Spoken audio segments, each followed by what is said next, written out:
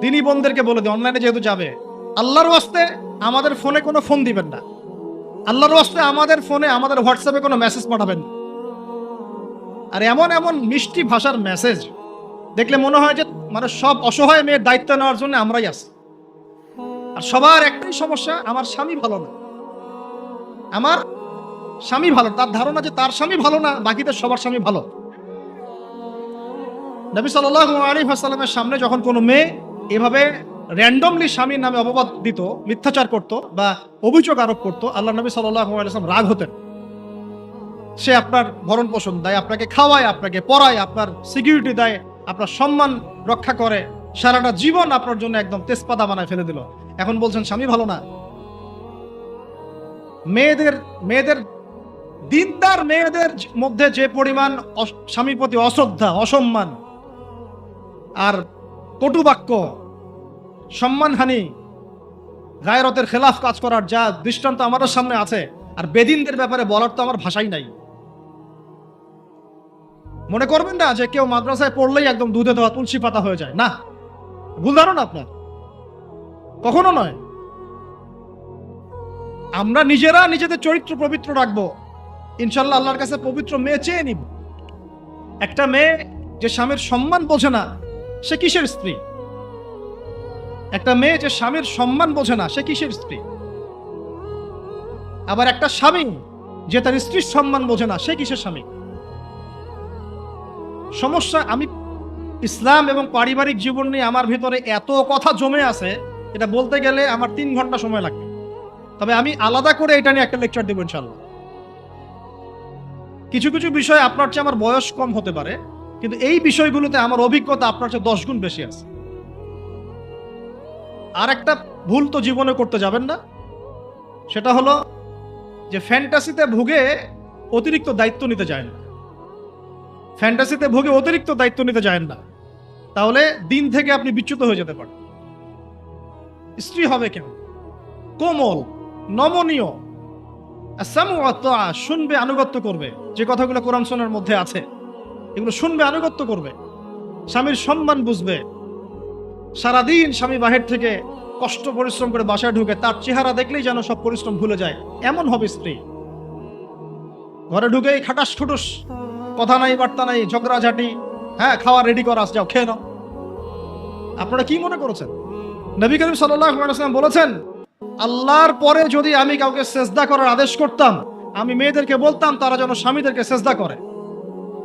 এখন তো আপনারা সব তসলিমা নাসরিনের ফ্যান হয়ে বসে আছে, ওরা আপনাদেরকে ব্রেইন ওয়াশ করে দিয়েছে।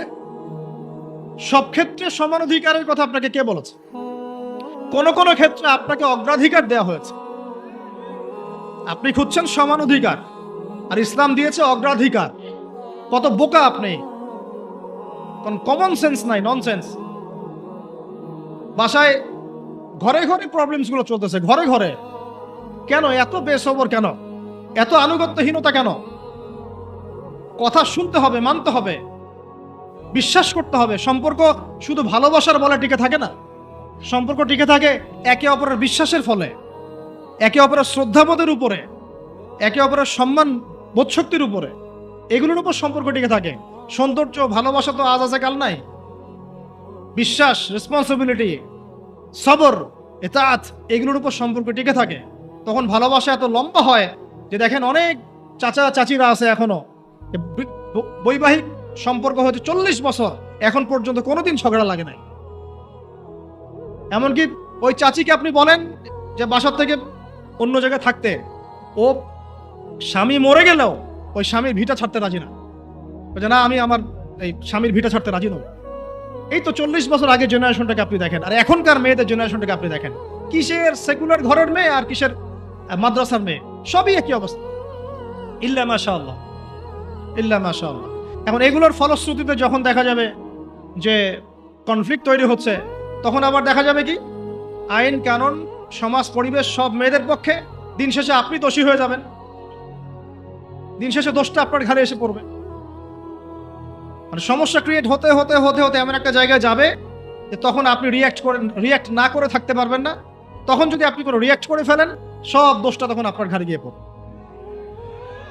এভাবে আস্তে আস্তে পরিবারগুলো ভেঙে যাচ্ছে।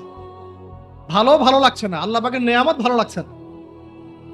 আর যারা দিনদার, যে স্বামীরা দিনদার, পরহেজগার, মুত্তাকি এবং দ্বীনের পথের পথিক, তাদের জন্য স্ত্রীদের ভূমিকা কেমন হওয়া উচিত?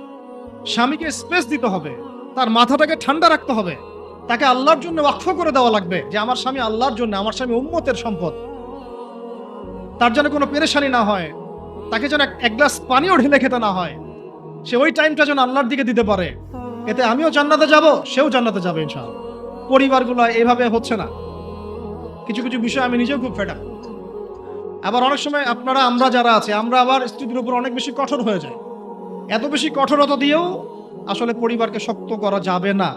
নরম হতে হবে, সবর করতে হবে, ধৈর্য ধরতে হবে। তবে সবকিছুর একটা সীমা আছে। ওই সীমা অতিক্রম করে গেলে তখন কি আর করার? তখন আসহাবুল কাহাফ হয়ে যেতে হবে। আসহাবুল কাহাফ, নিজের কবরের ফিকির নিজে করি, নিজের পথ নিজে বুঝি, কিছু করার নাই। তো যেখান থেকে এখানে আসছি ভাই, আমি অনেক লম্বা সময় নিয়ে ফেলতেছি, আপনার কি বিরক্ত হচ্ছেন? আচ্ছা, এই যে আল্লাহর সৃষ্টিকে বিকৃত করা, এই যে আমি আপনাকে জেনারেশনের ক্রমবর্ধমান অধঃপতন দেখাচ্ছিলাম। দিনকে খুব মহব্বত করি, দিনের জন্য জীবন দিতে চাই, রক্ত ঢেলে দিয়ে শহীদ হব, খুব তামান্না, কিন্তু ফজরের নামাজ নাই, কোরআন তেলাওয়াত করতে জানে না, অর্থনৈতিক জীবনে হারাম খায়, সুদ খায়, ঘুষ খায়, দুর্নীতি করে, কিন্তু ইসলামকে মহব্বত করে। তো এখানে যে দোয়াগুলো হলো, আমরা কেউই আরবি ভাষা জানি না, এখানে বোঝা গেল আরবি আমাদের জানা নাই, দোয়া আমরা বুঝি না, কোরআনের এই দোয়াগুলো আমাদের মুখস্থ নাই, এমনকি দোয়ার পিঠে আমিন বলতে হয় এই আদবটুকু আমার জানা নাই। আমি মোবাইলটা বের করে ছবি তুলছি, তাহলে এই ছেলেটাকে দিয়ে দিনের আল্লাহ পাকের রাস্তায় দাওয়াত কি হবে, আর জিহাদ কি হবে, আর একামতে দিন কি হবে, এটা বোঝার আমারও বাকি নাই, ওই পর্যন্তই। এরপরে যদি দেখা যায় যে ব্যক্তিকে নিয়ে এত শোডাউন, সে যদি না থাকে, তাকে দেখতেও কেউ যাবে না, খোঁজ নিতেও কেউ যাবে না, তার পরিবার কিভাবে চলছে এটা খোঁজও নিতে কেউ যাবে না। তো উপরি আবেগ দিয়ে কোনো লাভ নাই, ফ্যান্টাসি দিয়ে দিন কায়েম হবে না। কিসের এত ফ্যান্টাসি? কেন দরকার এত ফ্যান্টাসি? কি করতে চান এসব ফ্যান্টাসি দিয়ে আপনারা? কোরআন তেলাওয়াত করা শিখছেন না কেন? কোরআন কি শুধু আলেম ওলামাদের জন্য? 5 ওয়াক্ত নামাজ কেন পড়েন না? নামাজের হিসেব কি আল্লাহ পাক নিবেন না আপনার কাছে? যাকাত ফরজ হয়ে গেছে সেই কবে, যাকাত দিচ্ছেন না। সৎ কাজের আদেশ করতে আল্লাহ পাক বলেছেন, করছি না। অসৎ কাজে নিষেধ করতে বলেছেন, অসৎ কাজে নিষেধও করতে পারি না, সর্বোচ্চ ফেসবুকে 2 লাইন লিখতে পারি, এই পর্যন্তই। এখন যে ইস্যু চলছে সেটা নিয়ে 2 লাইন লিখবো, 7 দিন পর এই ইস্যু শেষ, নতুন ইস্যু আসবে, আবার নতুন ইস্যু নিয়ে 2 লাইন লিখবো, এই তো। মুসলিম উম্মাহকে ভিতর থেকে টুকরা টুকরা করে হাজার হাজার দলে বিভক্ত করে রেখে দিয়েছে। এই তো চলছে। ফ্যান্টাসি দিয়ে কি করতে পারবেন? আমাদের কোনো ফিকিরই নাই, আমরা কোন জাতি ছিলাম, এখন কোন জাতি হয়েছে। এক সময় পুরো বিশ্বের অর্থনীতি আমরা নিয়ন্ত্রণ করতাম, এখন তাদের অনুদানের উপর ডিপেন্ড হয়ে থাকতে হচ্ছে আমাদেরকে। এক সময় পুরো বিশ্বের শিক্ষার ভিত্তি গড়েছিলাম আমরা। যে কোনো একটা সাবজেক্ট বলেন এবং সেই সাবজেক্টের গোড়ায় চলে যান, ফিলোসফি, অ্যাস্ট্রোনমি, কেমিস্ট্রি, অ্যাস্ট্রোফিজিক্স বা নর্মাল ফিজিক্স অথবা মেডিকেল সায়েন্স, যে কোনো সাবজেক্টের নাম বলেন, তার গোড়ায় যান, দেখবেন আপনি মুসলিম মনীষীদেরকে পাবেন যারা এই বিশ্বটাকে গড়ে দিয়েছিল। এখন আমাদেরকে শিক্ষানীতি ধার করতে হচ্ছে মানুষের কাছ থেকে। না আমরা আমাদের জেনারেল লাইনে এমন কোনো বিজ্ঞানী তৈরি করতে পারছি যারা মিসাইল তৈরি করতে পারে, আর না আমরা মাদ্রাসায় এমন মুহাদ্দিস তৈরি করতে পারছি যারা ইমাম বুখারী হতে পারে। তখনকার সমাজটা এখনকার বিশ্বের মতো ছিল।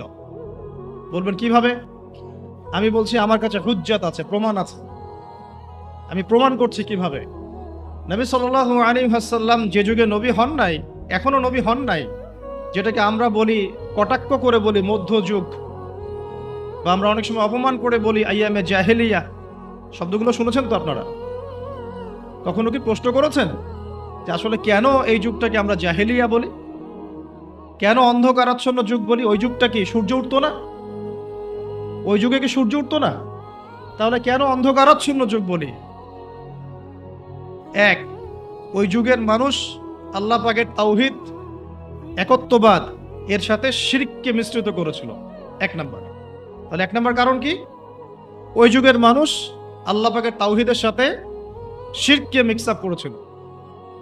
মনে করবেন না যে তারা আল্লাহকে বিশ্বাস করতো না, এটা ভুল ধারণা। তারা সবাই আল্লাহকে বিশ্বাস করত, গুটি কয়েক মানুষ ছাড়া। এমনকি আবু জাহেল, যাকে আমরা বলি এই উম্মতের ফেরাউন, নবীজি বলেছেন আবু জাহেল হচ্ছে এই উম্মতের ফেরাউন। আর ফেরাউনের চেয়ে বড় কোনো কাফের নাই, এখনো নাই, ছিলও না, আসবেও না ইনশাআল্লাহ। তো এই আবু জাহেল যখন বদরের যুদ্ধ করতে যাচ্ছিল, তখন সে প্রথমে কাবা ঘরে গিয়েছে। কোথায় গিয়েছে? গিয়ে বলেছে আল্লাহুম্মা ইন কুনতা তা'লাম, হে আল্লাহ আপনি যদি জানেন, আমার কথাগুলো খেয়াল করবেন, হে আল্লাহ আপনি যদি জানেন যে আন্না মুহাম্মাদান আলাল হক, মুহাম্মদ সাল্লাল্লাহু আলাইহি ওয়াসাল্লাম সত্যের উপরে আছে, ফানসুরহু, আল্লাহ আপনি তাকেই সাহায্য করেন। বুঝাতে পারলাম? ওয়া ইন কুনতা তা'লাম, এবং আপনি যদি জানেন যে নাহনুল কুরাইশ আলাল হক, আমরা কুরাইশরা হকের উপরে আছি, ফানসুরনা, তাহলে আমাদেরকে সাহায্য করেন। বুঝাতে চাচ্ছি আবু জাহেলের মতো মানুষও আল্লাহকে বিশ্বাস করত। আইয়ামে জাহিলিয়াত মানে এমন নয় যে ওরা সবাই নাস্তিক ছিল, না, নট এট অল, মোটেই এমন নয়। তারা আল্লাহকে বিশ্বাস করত। তাহলে আল্লাহ পাক তাদেরকে কাফের কেন বলছেন? উত্তর সূরা জুমারের মধ্যে আছে। তারা লাত, ওজ্জা, হুবল, মানাত এগুলোর পূজা করত, মূর্তি পূজা করত, এটা তো আপনারা জানেন। তারা বলতো, তাদের যুক্তি ছিল, মা না'বুদুহুম, আমরা শুধুমাত্র এই কারণেই তাদের ইবাদত করি, ইল্লা লিয়ুকাররিবুনা ইলাল্লাহি যুলফা, এরা আমাদেরকে আল্লাহ পর্যন্ত পৌঁছে দিবে। নাউযুবিল্লাহ। তাহলে রিজনটা কি? দলিল আদিল্লা কি তাদের মূর্তি পূজার পিছনে? আমরা এগুলোর মধ্য দিয়ে আল্লাহর নৈকট্য অর্জন করতে চাচ্ছি। তার মানে তারা সবাই আল্লাহকে বিশ্বাস তো করত যে একজন আল্লাহ আছেন। এখনকার বিশ্বের দিকে তাকিয়ে দেখুন, ওই একই শিরকের ছোঁয়া সব জায়গায় লেগে গেছে। মানুষ আল্লাহকে বিশ্বাস করে, কিন্তু ইবাদত বন্দেগীর জীবনে গিয়ে আল্লাহর সাথে অন্যকে শরিক করছে, ইকোনমিতে গিয়ে আল্লাহর সাথে অন্যকে শরিক করছে, পলিটিক্স করতে গিয়ে আল্লাহর সাথে অন্যকে শরিক করছে, ওয়ার্ল্ড অ্যাফেয়ার্সকে ডিল করতে গিয়ে আল্লাহর সাথে অন্যকে শরিক করছে। মানুষ আল্লাহকে বিশ্বাস করেও এখন মুশরিক হচ্ছে। আপনি কোন সেন্সে ওইটাকে আইয়ামে জাহিলিয়াত বলছেন আর এখনকার যুগটাকে পুত পবিত্র বলছেন? এগিয়ে যাওয়ার যুগ, সায়েন্স এন্ড টেকনোলজির যুগ। দেখাচ্ছি আপনাকে টেকনোলজি কাকে বলে।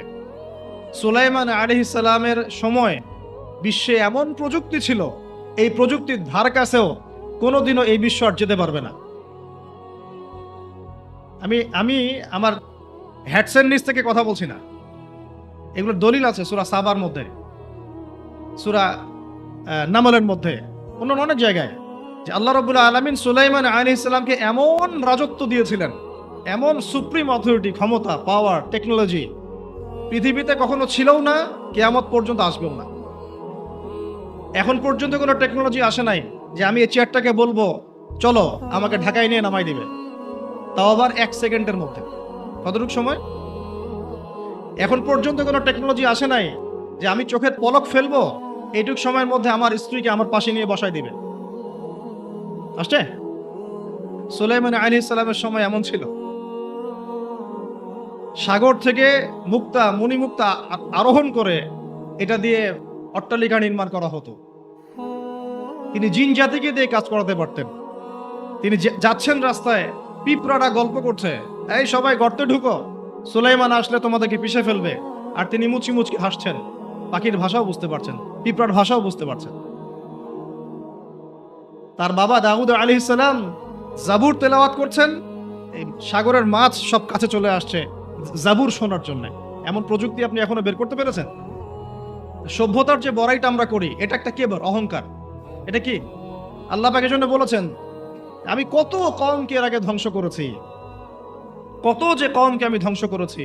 ফাসিরু ফিল আরদি ফানজুরু কাইফা কানা আকিবাতুল মুকাজ্জিবিন। তোমরা এই জমিনে বিচরণ করতে থাকো, দেখো যারা আল্লাহকে অস্বীকার করেছিল তাদের কি পরিণতি হয়েছে। তো আমরা এখন যেটাকে নিয়ে দাবি করি এটা সর্বোচ্চ স্তর নয় প্রযুক্তির। তো যে জায়গা থেকে এখানে চলে আসলাম, যে কোথায় ছিলাম আমরা, এই জামানাতেও আমরা শিরক করছি কিন্তু আল্লাহকেও বিশ্বাস করছি। প্রত্যেকটা সেক্টরে শিরক হচ্ছে। ডিটেলস বলার মতো জায়গাও এটা না, এবং এত সময় আমার হাতে নাই। আমি খালি সেক্টরগুলো বলে দিই। এক, এডুকেশন সেক্টর, শিক্ষা সেক্টর, এখানে শিরকের উপর শিরক হচ্ছে। আপনি যদি বিচক্ষণ হয়ে থাকেন, স্টাডি করেন, পড়াশোনা করেন, একটা অনেস্ট মন রাখেন, আগে সৎ একটা মন রাখেন। ডানে গেলে ডানে যাব, বামে গেলে বামে যাব, আমি নিউট্রাল থাকবো, আমি কোনো পক্ষ আগে নিব না, আমি যাচাই বাছাই করে দেখব কথাটা সত্য না মিথ্যা। শিক্ষা ক্ষেত্রে শিরকের উপর শিরক হচ্ছে, শিরকের উপর শিরক। আজকে থেকে 25 বছর 30 বছর আগে যতটা শিরক ছিল না, এখন তার চেয়ে বেশি শিরক চলে আসছে। এমন এমন শিরক আসছে যেগুলোর প্রতি ঈমান রাখলে আপনার ঈমান ভঙ্গের 10টা কারণ আছে। এই 10 কারণের মধ্যে পড়ে যাবেন, আবার নতুন করে কালিমা শাহাদা দিয়ে ইসলাম কবুল করতে হবে, নতুন করে কালিমা শাহাদার সাক্ষ্য দিয়ে আবার মুসলিম হতে হবে। যতই দাম্ভিকতা দেখান, কবরে আপনাকেও যেতে হবে, কিচ্ছু করার নাই তখন। এখন যদি সলিউশনে না আসি, সংশোধন না করি, তাহলে অনেক দেরি হয়ে যাবে। এখনকার টিকটক জেনারেশনটা বিগত 30 বছরের মেহনতের ফসল। এখনকার টিকটক জেনারেশন ওরা মেহনত চালিয়ে যাচ্ছে, না জানি আরো 30 বছর পরে কোন টক জেনারেশন আসবে আল্লাহ ভালো জানে। একটা কমন সেন্সহীন, জীবনের উদ্দেশ্যহীন, একটা বুদ্ধিবৃত্তিক প্যারালাইজড প্রজন্ম। না জীবনের কোনো উদ্দেশ্য আছে, না কোনো পড়াশোনা করে, আর না একটু ভালো করে খেলাধুলা করে, আর না শরীর চর্চা করে, আর না কিছু লিখে, আর না কিছু জাতিকে কিছু দিচ্ছে, আর না পলিটিক্সে কোনো আগ্রহ আছে, আর না ইকোনমিক্সে কোনো আগ্রহ আছে, না ওয়ার্ল্ড অ্যাফেয়ার্স সম্পর্কে কোনো সচেতনতা আছে, না মুসলিম উম্মার এই দুরবস্থায় তার ভূমিকা রাখার কোনো ইচ্ছাও পর্যন্ত আছে। না সলাত আদায় করে, না কুরআন তেলাওয়াত করে, আর না ওযু করতে জানে ঠিকভাবে, আর না ফরজ ওয়াজিব সুন্নাত মুস্তাহাব জানে, আর না ফিকহুল মুয়াসসারের মতো সহজ ফিকহের কিতাবগুলো তার আয়ত্ত করা আছে, না কোনো আলেমের সাথে সম্পর্ক আছে, না কোনো ইসলামিক স্কলারের কাছে সম্পর্কিত হয়, আর না মাদ্রাসায় যায়, আর না ইসলামের বেসিক ফান্ডামেন্টাল নলেজ অর্জন করে। জীবনের উদ্দেশ্যই নাই, শুধু মেয়ের পিছনে, শুধু মাদকের পিছনে, ড্রাগসের পিছনে, কোনো সময় মারামারি দাঙ্গা হাঙ্গামা করছে, কোনো সময় দেখা যায় বাইক দাবড়ায় বেড়াচ্ছে। বাবার বিত্তশালী, বাবার অনেক টাকা আছে, বাস কিনে দিয়েছেন বাইক, চলছে।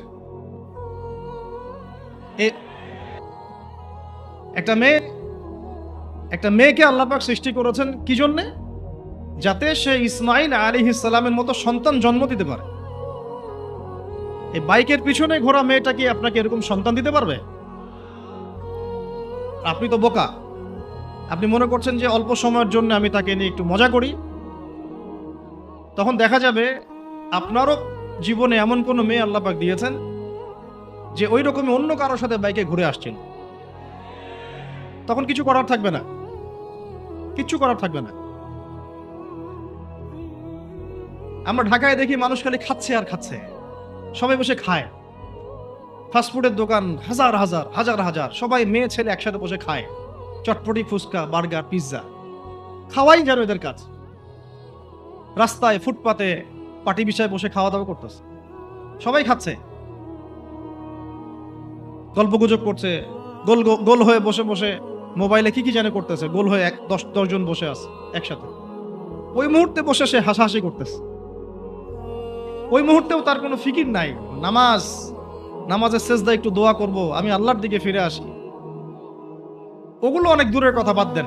শুধু এতটুকু ফিকির, আচ্ছা আমি দুনিয়াতে আছি কেন, আমি দুনিয়াতে এসেছি কেন? এক সময় তো আমি ছিলাম না, আবার এক সময় আমি থাকবো না। কেউ এসে চিরস্থায়ী হতে পারে নাই, তো আমরাও পারবো না। তো আল্লাহ পাক আমাদেরকে সৃষ্টিটা করলেন কেন? আমার কাছে আমার রব কি চান? আমি যদি না থাকতাম তাহলে আমার পরিবার চলতো কিনা, আমার সমাজটা চলতো কিনা, আমার শিক্ষা ব্যবস্থাটা চলতো কিনা, আমার দেশটা চলতো কিনা, এই বিশ্বের ঘূর্ণন চলতো কিনা, আর্নিক গতি চলতো কিনা, থেমে যেত? উত্তর না। আমি না থাকলে আর্নিক গতি থামতো না। আমি না থাকলে কি আমার পরিবার থেমে থাকতো না, আমার সমাজ থেমে থাকতো না, এই মসজিদ থেমে থাকতো না, এই রাজনীতি থেমে থাকতো না, অর্থনীতি থেমে থাকতো না, দেশও থেমে থাকতো না, উম্মাও থেমে থাকতো না। তাহলে আল্লাহ পাক আমাকে কেন সৃষ্টি করলেন? আমার কি রোল আছে এখানে, আমার কি ভূমিকা? এই এতটুকু চিন্তা করার মতো আমাদের জেনারেশন আমরা পাচ্ছি না। আপনারা ফোন বের করে ছবি তুলতেছেন, ভাবেন এগুলো নিয়ে। আমাকে দিয়ে কি করবেন? আমাদের তো কিচ্ছু করার নাই এই কথাগুলো বলা ছাড়া। এই কথাগুলো বলা বা সচেতনতা তৈরি করা ছাড়া আমাদের হাতে কিছুই করার নাই। Not at all, absolutely nothing. কিচ্ছু করার নাই। এইসব ফ্যান্টাসি দিয়ে লাভ নাই। আপনাদের মধ্য থেকে কারি, হাফেজ, দাইল আল্লাহ এবং উম্মার নেতৃত্ব প্রদানকারী জেনারেশন তৈরি করতে হবে। এইসব চেয়ারে বসে কয়জন? সারা বাংলাদেশে হয়তো 50 জন, 100 জন। এই 100টা মানুষ ইউনাইটেড না, তারাও বিক্ষিপ্ত। 16 কোটি মুসলিমের দেশ বলছেন, 16,000 দলে বিভক্ত। এর মধ্যে সবচেয়ে বিশুদ্ধ যেটাকে আমরা মনে করি, সেখানেও দেখবেন যে আরো 10টা 20টা দল হয়ে বসে আছে। এর বাইরে গিয়ে আবার যারা বললো না তারা বিশুদ্ধ নয়, আমরাই সবচেয়ে বিশুদ্ধ, ওদের মধ্যেও 10টা দল হয়ে গেল। না তারা ইউনাইটেড, না তারা মানে আমরা, না আমরা ইউনাইটেড, আর না আমাদের কোনো আমিরুল মুমিনিন আছে যিনি সবাইকে একটা জায়গায় নিয়ে দিনের কিছু খেদমত নিবেন। আসসামু ওয়া তাআ থাকবে, শুনলাম মানলাম আনুগত্য করলাম, এমন থাকবে? নাই। না কোনো ইকোনমিক বেস, না কোনো স্বতন্ত্র মিডিয়া, না স্বতন্ত্র প্রযুক্তি, না কোনো স্বতন্ত্র মানে পলিটিক্যাল প্ল্যাটফর্ম, কিছু না। একটাই উপায়, একটাই মানহাজ, একটাই পথ পদ্ধতি, নবী সাল্লাল্লাহু আলাইহি ওয়াসাল্লামের সিরাত। নবী সাল্লাল্লাহু আলাইহি ওয়াসাল্লামের সিরাত, সিরাত তার জীবনী। এই জীবনী আমাদেরকে শেখাবে কিভাবে ইসলাম শূন্য থেকে একদম আসমানে উঠেছে, কিভাবে ইসলাম একদম শিকড় থেকে শেকড়ে গিয়েছে, শেখাবে সিরাত, নবী সাল্লাল্লাহু আলাইহি ওয়াসাল্লামের জীবনী। ইয়াং জেনারেশনকে জিজ্ঞাসা করেন কতজন পড়েছে সিরাত। ওইখান থেকেই আপনাকে কথা বলছিলাম, ওই যুগটাকে কেন জাহিলি যুগ বলেন, এত কেন টিটকারি করি, এত কেন তাকে ধিক্কার দেই? কারণ ওই যুগে শিরক ছিল, শিরক, শিরক, শিরক আকবার। এখনকার বিশ্বে শিরক আকবার দিয়ে ভর্তি। কোন কোন সেক্টরে বলছিলাম, এডুকেশনে আছে শিরক, ইকোনমিক্সেও শিরক আছে। এটা বোঝার জন্য অনলাইনের ব্রাদার্স সিস্টার্সরা আপনাকে হেদায়েত দিতে পারবে। এটা বোঝার জন্য আপনাকে এমন স্কলারশিপের কাছে আসতে হবে যারা কোরআন এবং হাদিসকে দিয়ে বর্তমান ইকোনমিকে ডিল করতে পারে। শুধু সেকুলার ইকোনমি আর শুধু ইসলামিক ইকোনমি দিয়েও হবে না, দুটোকে কম্বাইন করতে পারে যারা, এ ধরনের স্কলারশিপের কাছে আসেন, আপনাকে বুঝিয়ে দিবে এখানে অর্থনীতির মধ্যে শিরক আছে কোথায় কোথায়। কেউ কি আপনাদেরকে বুঝাতে সক্ষম হয়েছিল আজকে থেকে 10 বছর আগে যে আপনি যে পেপার মানি ইউজ করছেন এর মধ্যেও রিবা আছে, সুদ আছে? আমরা যে ইলেকট্রনিক মানিগুলো ইউজ করছি এর মধ্যেও রিবা আছে, সুদ আছে। রিবার পাপের 70টা শাখা আছে। কতগুলা? তার সবচেয়ে নিচের শাখা হলো নিজের মায়ের সাথে জেনা করা। নাউযু বিল্লাহি মিন যালিক। সর্বোচ্চ পাপ কি? তাহলে সূরা বাকারার 279 থেকে পড়া শুরু করেন। আল্লাহ পাক বলছেন সর্বোচ্চ স্তরটা কি? রিবার। 1, রিবা সমান সমান আল্লাহর সাথে যুদ্ধ করা। 2, রিবা সমান সমান তার রাসূলের সাথে যুদ্ধ করা। পুরো বিশ্ব এখন আল্লাহ এবং তার রাসূলের সাথে যুদ্ধ করছে। পুরো ওয়ার্ল্ডটাই, এখনকার এই ওয়ার্ল্ড, এখনকার এই যুগ, এই জেনারেশন। আইয়ামে জাহেলিয়াতের সুদটা ছিল শুধু মক্কায়, হয়তো একটু মদিনায়, হয়তো বা একটু আরবের জাজিরার মধ্যে, এতটুকু জায়গায়। এখন পুরা গ্লোবালাইজেশন হয়েছে এবং সবাই আমরা মাশাআল্লাহ নাউজুবিল্লাহ কোনো না কোনো ভাবে সুদভিত্তিক অর্থনীতির সাথে জড়িত আছে। জোর করে আল্লাহর গজব টেনে আনতেছেন। আমি জেনারেশনের অধঃপতনের স্তরগুলো আপনাকে দেখাতে পারবো। আগে চিঠি লিখতো গোপনে গোপনে, লজ্জা শরম হায়া ছিল, রিকশায় করে যাওয়া যাবে না, কেউ দেখে ফেললে সমস্যা হবে। তারপরে এমন জেনারেশন আসলো সবকিছু ওপেন, ওদের আলাপই শুরু হয় হ্যান্ডশেক থেকে এবং 7 দিনের মধ্যে বেড়ে যাওয়া শেষ। এরপর চেঞ্জ করতে থাকে একটার পর একটা। তারপর চলে আসলো সিরিয়ালের যুগ। সিরিয়াল এসে শেখালো বাসায় স্বামী থাকলেও যথেষ্ট না, বাইরে একটা স্বামী লাগবে।